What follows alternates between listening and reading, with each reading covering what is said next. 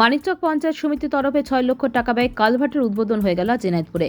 এলাকাবাসীর স্থায়ী সমস্যার সমাধান হলো।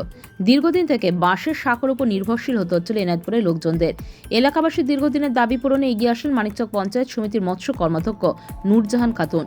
মানিকচক পঞ্চায়েত সমিতির 5th ফাইন্যান্স কমিশনের অর্থানুকূল্যে ৬ লক্ষ টাকা ব্যয় করে এনায়েতপুর মোমিনটোলা সংলগ্ন এলাকায় এনায়েতপুর ইনসান আলী বিদ্যালয়ের পেছনে কালভার্টের উদ্বোধন করা হলো। এটা হওয়াতে একদিকে যেমন এলাকাবাসী উপকৃত হবে, তার সাথে সাথে আগত চাষি সহ স্কুলের ছাত্রছাত্রীদের যাতায়াতের সুবিধা হলো। এই কালভার্টটি এনায়েতপুর ও বড় বাগানের সংযোগ স্থাপন করবে।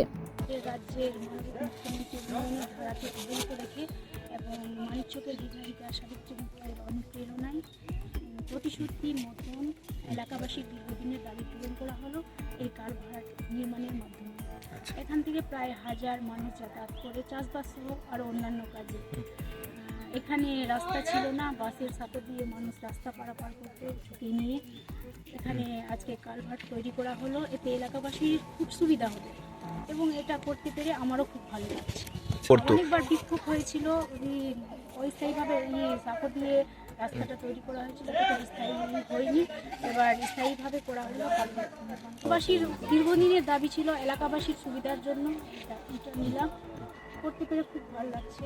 আজকে আমরা আমাদের মাননীয় মুখ্যমন্ত্রীর অনুপ্রেরণায় আজকে এনায়েতপুর জিপিতে মোমিনপাড়া জিপে কালভার্টের শিলান্যাস হচ্ছে। এই কালভার্টটা খুবই প্রয়োজন আছে, যেহেতু একটা দুটো বুথ আছে এখানে, মোমিনপাড়ার দুটো বুথ আছে। এই মোমিনপাড়া প্লাস এনায়েতপুরের অনেক লোকের জমি আছে এই কালভার্টের ওই পারে। তো এই কালভার্টের মানে দীর্ঘদিন থেকে দাবি ছিল এই কালভার্টের। আর গত দিনে আমরা এখানে বাঁশের কালভার্ট অনেকবার, মানে প্রতি বছরই একটা বাঁশের কালভার্ট তৈরি করতে হয় বন্যার পরে। তো বাঁশের একটা ব্রিজ তৈরি করতে হয়, ওইটা লাস্টিং হয় না। আর এইখানে এই কালভার্টের জন্য না এখানকার মানুষের মানে দাবিও ছিল, আর এইটার জন্য একবার গত দিনে বিক্ষোভও হয়েছে। তো আজকে এই কাজটা আপনাকে মানিকচক পঞ্চায়েত সমিতি থেকে আমাদের যে নূরজাহান মেম্বার আছে, কর্মাধ্যক্ষ আছে, উনি এই কাজটা পঞ্চায়েত সমিতি থেকে নিয়ে এসছে, যে মানিকচক পঞ্চায়েত সমিতির 5th SFC থেকে 6 লাখ টাকা দিয়ে এখানে একটা কালভার্ট তৈরি হচ্ছে উইথ অ্যাপ্রোচ রুট।